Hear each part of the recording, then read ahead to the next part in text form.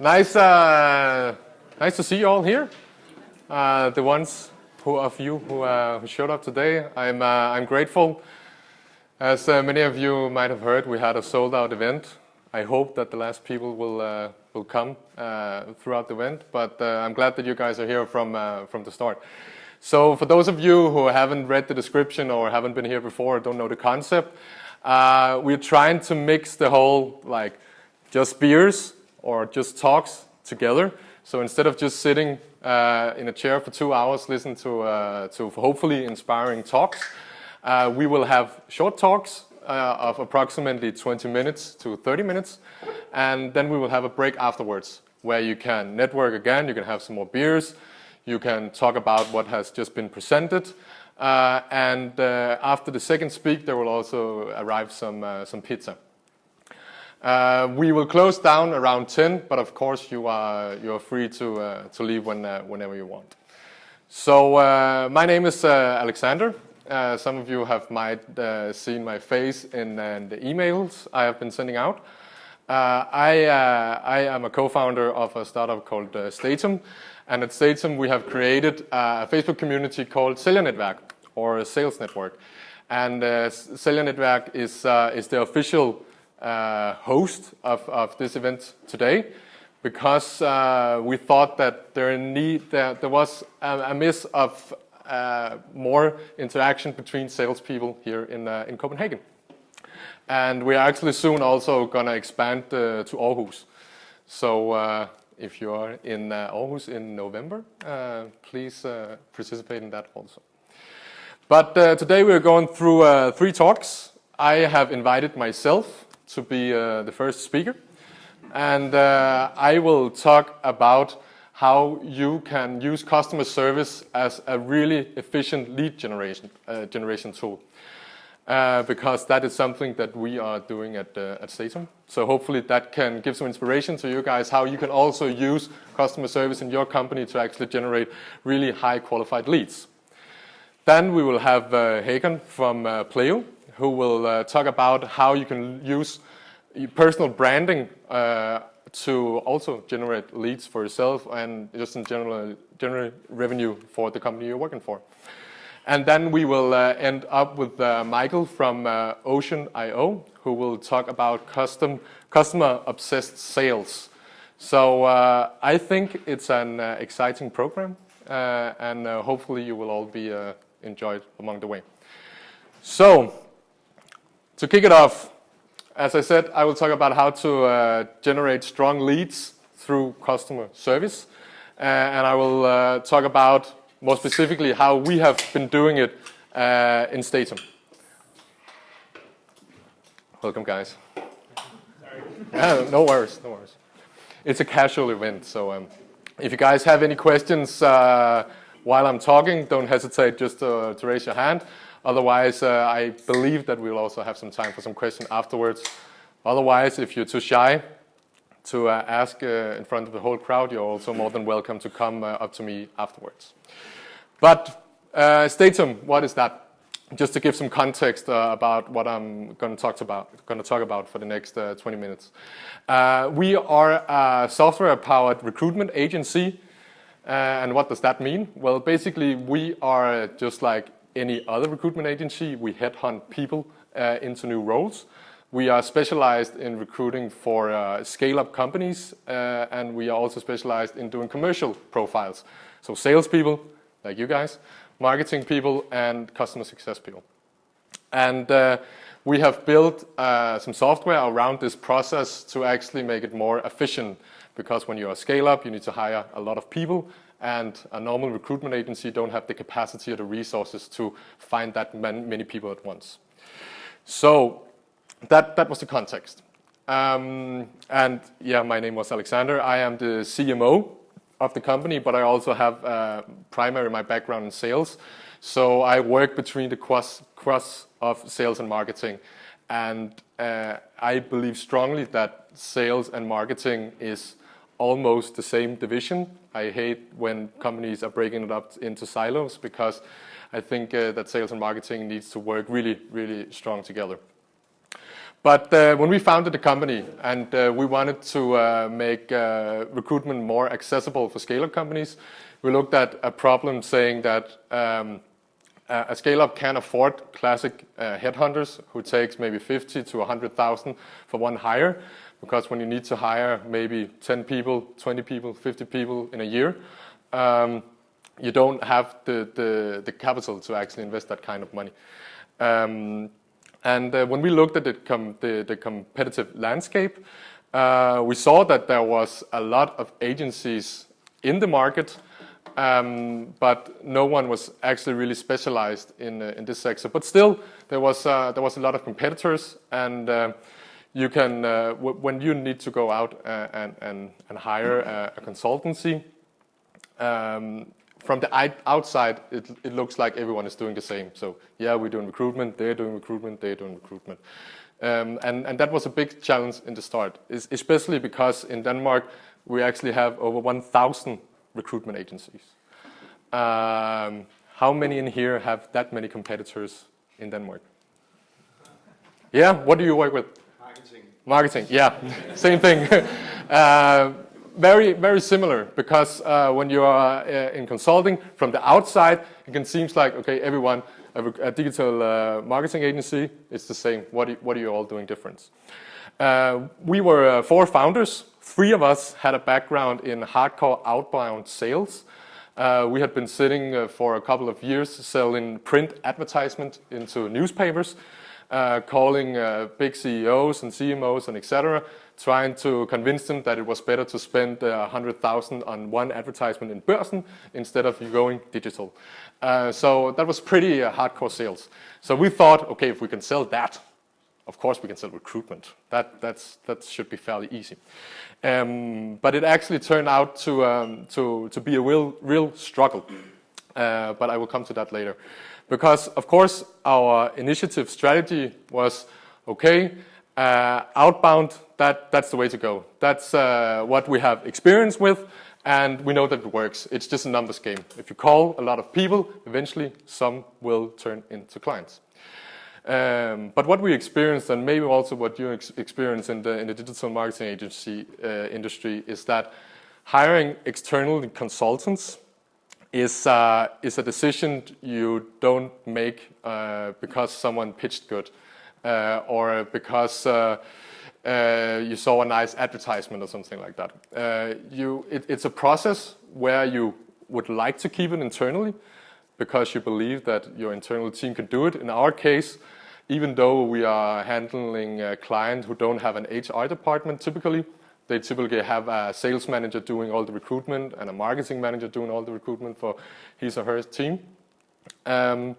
So when we called them up and saying, hey, we are specialized in this, we could do this for you. I can see that you just posted a job ad. We can help you do that.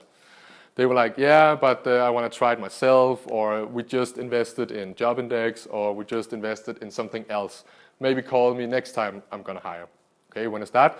Well, that's in 3 months. And you called 3 months later, and of course, they had started the process again, or the process wasn't starting up at that point, or something like that.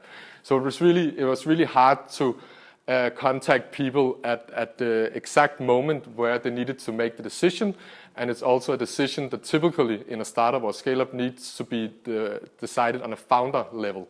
So all the founders and C-level managers has to get involved and actually agree to invest in a marketing agency or a recruitment agency. So we did outbound for 6 months with mixed results, even though we actually had a pretty good experience with it. So at some point, we looked at each other and said, okay, maybe we need to change strategies because this is not working the way that we thought. And just to give a teaser, after we changed strategy, we have landed some of the biggest and most prestige startups and scale-ups in Denmark. This is just a handful of them. We actually also have worked with Pleo, which is speaking later, at the very beginning. Now they have built their own talent acquisition team inside, so unfortunately they don't need us anymore. But yeah, this strategy helped us land some really prestige clients in our target groups, which are scale-ups. with even though that our company is now 3 years old, but when we started landing this client, we were only 1.5 years old. Young founder team, everyone was under 25, so we didn't really have that much of experience to show compared to our competitors. Typical recruitment agency consists of people over 40 who has many years of recruitment agencies experience. So what I want to talk about today is the strategy we implemented to actually gain trust in the market and how we used customer service to actually generate really strong inbound lead. So I have chosen to call it extreme customer service, because who in here would not say that they are customer friendly and have customer service? No one.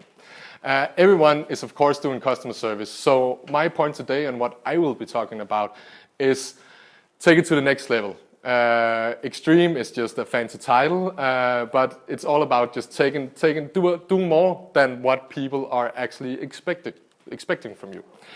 And you can do it in two ways, and that's what I want to talk about today. The number one thing I will deep into is framing, and the number two is surpassing. And if we take framing as the first thing, this works best if you are selling a product to a client who don't know what to expect. So maybe they haven't used your service before, or a competitor service, or just in general been in the market. In our example, it would be companies who have never worked with an internal recruitment agency before. So they basically don't know what to expect. They know that they want to hire, but they don't know how long should the process be, how should the hit rate be, what should the prices be, etc. And what I see a lot in the sales world is a lot of sales folks have the opportunity to do framing in the sales process. But when a client asks a question, for example, how long time for this to be implemented, a lot of salespeople think, okay, I need to give a good answer here that we can do it fast, because then it will convince the client to actually buy. So they think best case scenario. I had a client once where we did it in 10 days. So that's my sales pitch. We do it in 10 days. And then maybe the client buys in, but then it doesn't take 10 days. And then from the get-go of the collaboration, the clients get dissatisfied because you framed 10 days, but it took 12 days. So you spend 2 days longer than they were promised. So from the get-go, they are unsatisfied. So I just want to talk about how we are doing framing at Statum. So this is a process chart that we show to all clients at our sales meetings. And don't worry about the small font. I will explain what it actually says. But this is a timeline of how we work a recruitment process. So that shows what we are doing in the process and when the client has to act and have job interviews and etc. So what we frame as the first thing is that after we go out to a meeting and we agree upon we should do some recruitment for you, we should find this specific profile. We tell the client that we will send you a long list of 10 candidates which we believe are the right fit for the role as you have just described it. Then you need to go through and give feedback, because what always happens in recruitment when you send a real life person who match what people thought they wanted to have, they probably change their mind a little bit, sometimes a lot. So it helps us calibrate the profile from the get-go, so we don't waste a lot of time on actually sourcing the wrong persons. But the framing comes when we tell the clients that we will do this within typically 48 hours. But our internal deadline is actually 24 hours. So we always deliver this long list within 24 hours after leaving the meeting where we agreed upon doing a collaboration. And this means that the client is taken by surprise, positively. They are saying, oh shit, that went fast. They have actually from the get-go thought that 48 hours, that's pretty fast. I have tried to recruit for 2 months now and I couldn't find any profile. So if you can find 10 in 2 days, that would be great.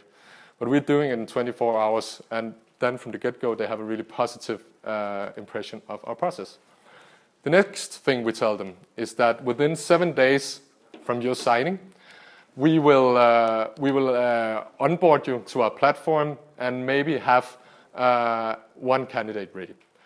it's a week, it's a short term, we have to contact people, we have to get them interested, we have to screen them and only send the best one through, but maybe we can have one candidate.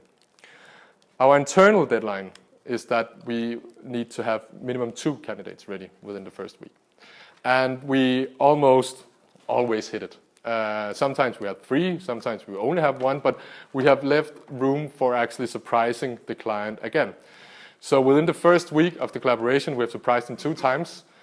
Number 1, after 24 hours, we have showed them a long list that they expected to get the day after. And a week later, we have give them the first candidates, which they didn't really expect. And in the sales meeting, as you also can see here, we actually tell them that their process starts in week 3, but typically it actually already starts in week 1. And that means before they have even hired, they usually have a really good impression on our speed and the quality of the candidates that we deliver. And that means that people are actually talking good about us in the target group before we have even delivered something to them. The next thing is surpassing. And what I mean here is, of course, surpassing your competitors. And I'm not talking about your solution, your product here. I'm guessing that all of you guys have good products, so I'm not talking about differentiating in quality of service. I'm talking about surpassing them in expectations. So this works really well if they have worked with competitors before or just in general have a feeling about what to expect. So this is basically when framing doesn't work because they know what to expect. And I just want to give 4 examples of how we are working with customer service to surpassing our competitors. So number 1 is that we give a lot of free advices. And I'm not talking about, again, if you should look into the digital marketing agencies industry, a lot of companies give this free SEO analysis, like keywords. I can send you 10 keywords you should optimize on. This is like, we really often give almost our whole playbook on how we would solve this task. The recipe, so to speak. Because we believe that the recipe is not enough to actually execute on it. If I got a recipe from a Michelin chef, I could not make the same product because I don't have the skills or the know-how or whatever to actually do the dish that well. So we are not afraid of just giving all our secrets. And that means when clients ask us for advice on how they could find salespeople or marketing people, and we give them a lot, they get really surprised saying, whoa, that's a lot. And they start thinking, if they could give me this much, how much do they actually know? Because most companies wouldn't give out all of their knowledge. And that we can see over the past years, most of the clients that we have helped freely with really deep advice in how they could do it themselves, they come back after they tried it themselves because they couldn't execute it on it, and then we land them as clients. Number 2 is that we tag team clients. And that might sound a bit weird. But when we go out to meetings, we typically have 1 meeting per week. And that may sound like that's not a lot. Many of you would probably say, I need to have 5 meetings, I need to have 10 meetings before closing 1 client. We have 1 meeting per week, and we close 95% of our meetings. Of course, there are different things that we do to actually do that. But one of the things that we do is that when we go into a meeting, maybe just with 1 sales manager, we show up 2 to 3 people. And most clients get surprised about, whoa, why are you so many people? I thought this was just an initial meeting. But what we are showing is that we are investing this many resources in you guys because we believe that we can actually solve your problem. So when this sales manager meets with 2 other agencies who sent 1 guy who was half prepared, we win. So that is also a strategy where we surprise the clients a lot, which causes us to land almost every meeting that we go to. Then, I know this is not possible for all companies, but we are pretty much always on call. Our target group is mostly founders or highly ambitious managers who works in holidays, on weekends, 10 o'clock at night. And we try as much as we can to be present whenever they need us. So for instance, 2 months ago I was on holiday, a potential client asked for a meeting, and both Nicholas, who is the CEO of Statum, and myself, we were both on holiday, but we agreed to have a meeting with him anyway. And he was so surprised that we would actually put just 1 hour, it was 1 hour that we invested in the client, but we actually landed the client. Not only because of that, but he was really positive that if we could set aside time for him when he needed us, he believed a lot in that we could actually deliver the product that he wanted us to solve. Yeah. Were you outside in a different country, or were you... Almost. I was in Jylland. Did you then manage to just go back and meet him in person? We did a Google Hangout. We just told him that we are both on vacation right now, but we can do a Google Hangout. And he was saying, oh, there's no need if you're on vacation, we can do it later. But we just were like, it's no problem. If you need to get the process going now because you need to hire at a certain point to reach your goals for the next quarter, we will help you. It's 1 hour. It's not a biggie. Yeah.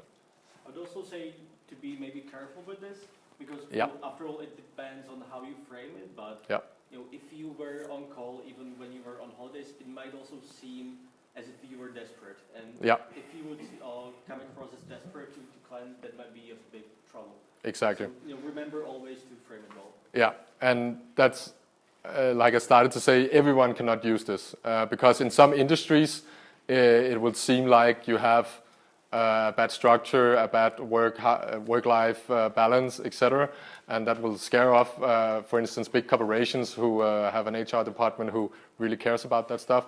But our target group are entrepreneurs who works around the clock themselves, so they really appreciate when they can collaborate with other companies who are doing the same thing. So I totally agree, you cannot do it in every industry. Just a question here for the thing you said before. Yeah. That you were meeting up several people for a sales meeting and so on. Yeah. I actually experienced that half a year ago in my company with someone who wanted to sell something to us. Yeah. And me as an efficiency economies guy, going for the lean production line and so on, that's my focus. I thought of it as they were using a lot of resources, so I thought that was initially going into the price that we were going to pay. Interesting, so, So that was my point of view of that. Yeah, interesting. Have you had that response before? I mean, we don't really have the issue because one of the values that we have at our company, and one of the reasons we founded it, was that typical headhunters are really high paid because they're really inefficient. They don't work efficiently. So our price is really competitive because we have developed software to actually be more efficient. So when we tell them the price, they are okay with that. Okay. Yeah. And the last one is because we are a recruitment agency, we are both B2C and B2B, of course. We also need to attract the best talent in order to actually fulfill the position we are taking in.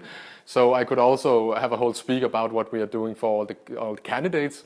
But I have one example with me because this example generates positive things both for candidates but actually also for companies. So whenever we have filled a position with the candidates, we tell them congratulations, of course, and maybe have your address because we want to send you a little something. And then we send a package this size, and then when they open it, balloons pop out, and we put a note out saying congratulations with your new job. We are happy to that we could help you in this process. And of course, candidates, they take pictures of this, send it to their friends, talk about it, because again, it's something that you wouldn't expect from a recruitment agency.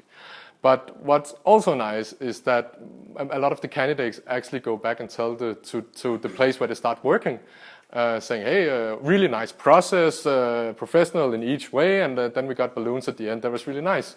And that's actually strengthened our loyalty among our clients because they can see that we are actually treating candidates really well. So that is also something. It costs 200 crowns to send these out. It's not a lot in our industry anyway, because recruitment fees are fairly high. But yeah.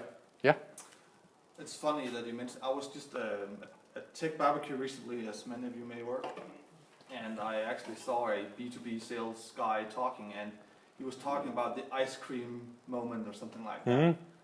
A shitty US hotel where you could get free ice cream, and basically people forgot out everything about the hotel itself because of this nice little feature. Yeah.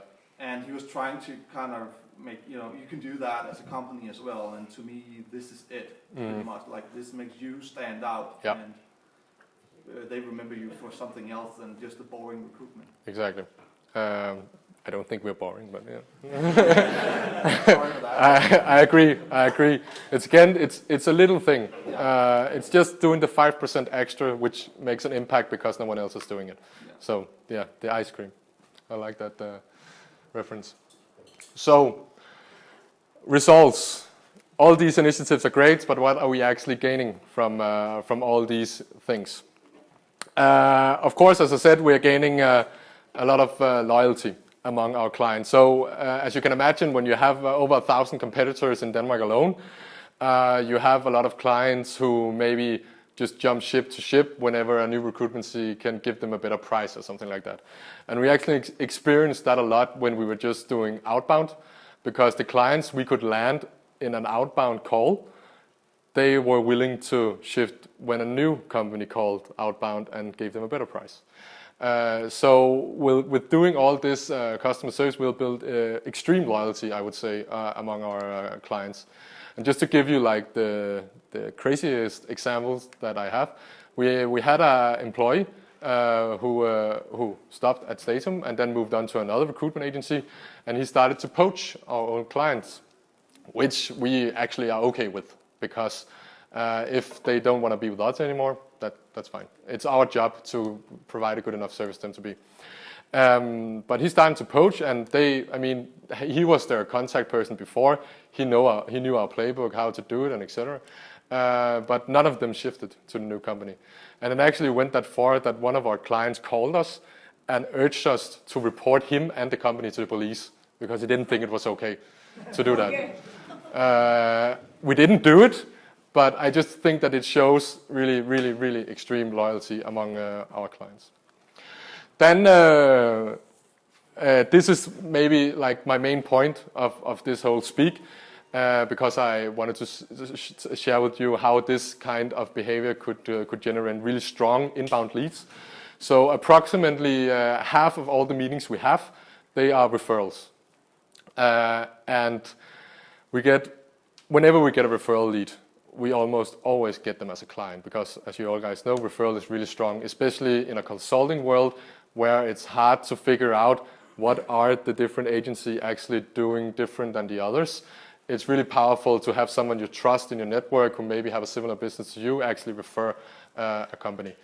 Again, just to give the most extreme example we just experienced recently, we had a client, or not a client yet, but a potential client who we have been trying to poach, because we still do a little outreach through LinkedIn and networking and etc. We tried to close them passively for maybe a year or something like that, with no luck. Then they randomly were to some kind of event with one of our long-lasting clients, and they were talking about that they needed to scale, and this client said, well, you should get a hold of Statum, because we've been using them for 1.5 years and we're really satisfied. So that was nice. Of course, we finally got that client on the phone, and they were really interested to go into a collaboration with us. But the crazy thing happened 5 days later at Tech Barbecue, where a company came up and said, I've just been talking to the client that we hadn't even closed yet. We were just in the initial phase. And he said, this company has referred that said that I should use you. We haven't even working with them yet. We had just been in the offer phase, where we had just been talking about how we could solve this problem. So I think that was like a 3rd-degree referral for someone we haven't even worked with yet. And that was really powerful. And last but not least, it's also very common. When you work as a consultant, you primarily have a contact person within the company. So when that person leaves, too bad for you. If you're lucky, you might get the business in the new company. But what we have experienced is that when our contact persons in the company are leaving, we are not only getting the business that they are moving to, we are also still keeping the business that they're moving from. Because of all the extreme customer service we have done, it had spread throughout the company. They had talked about us, they've heard about the balloons, they've heard about the fast process time, and etc.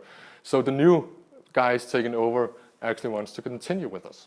And I think that's really interesting, especially in the consulting world, because it takes a lot of time to build up a relationship with the guy in charge or girl in charge. So when they move, you sometimes have to start over. But we are seeing that we actually don't have to do that. And I think that's also really interesting. So I just want to close off by giving you some tips about how you could get started by doing better and extreme customer service. And number one is, I saw a LinkedIn post the other day where a guy said that he had just signed 2 contracts a couple of weeks ago, and after he signed them, he hadn't heard anything from the companies. No onboarding, after he signed the contract, it was just radio silence. Because a lot of salespeople, of course, are interested in hitting their targets. So after they close the deal, they maybe forget the client, or hoping that the customer success will take over in a fast enough pace or whatever. So a really good advice from my side is to get started really fast and get a really good first-hand experience. Because as you all maybe know, if you have ever bought something, even though you bought it, you're still a little skeptical after you have signed it or paid or whatever. So the faster you can get the positive impression of, okay, this was actually what I bought, the better. So think about your client's success and maybe not your own bonus. Because if you think about them, your own bonus will also follow eventually. So what are you giving the client when they are, say, arriving? That we are doing the things that we are providing the list within 24 hours and the candidates even faster than they expected. So that's kind of how we are making sure that this was not just a sales pitch. We are actually delivering. We are actually delivering fast. And that also redeems if the process go bad along the way, because of course it does that sometimes. Yeah, but then we have a little leverage because we gave a good first-hand impression.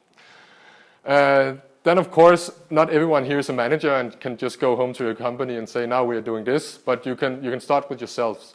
Most of you probably have contact to most of the same client throughout your week or month, account manager based sort of working. So you can start with yourself and actually just thinking, how can I follow through with the sales and maybe go one more step than we usually do in my company.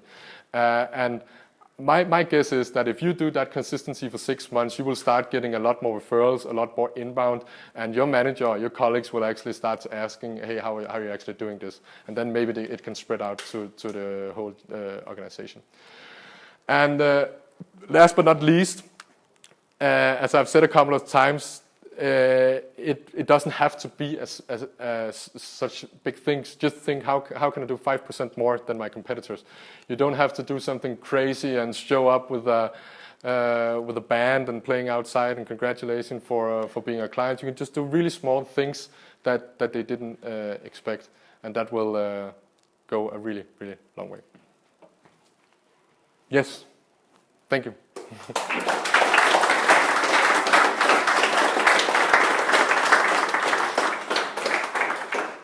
Cool. I went a little over time, so I'm not going to take any questions in the open, but if anyone have any questions, please come up to me. Now we have approximately 25 minutes break, where we're going to get some more beers up there, and then we are up for a Hakon from Pleo, talking about how you can use personal branding to generate sales. Thank you.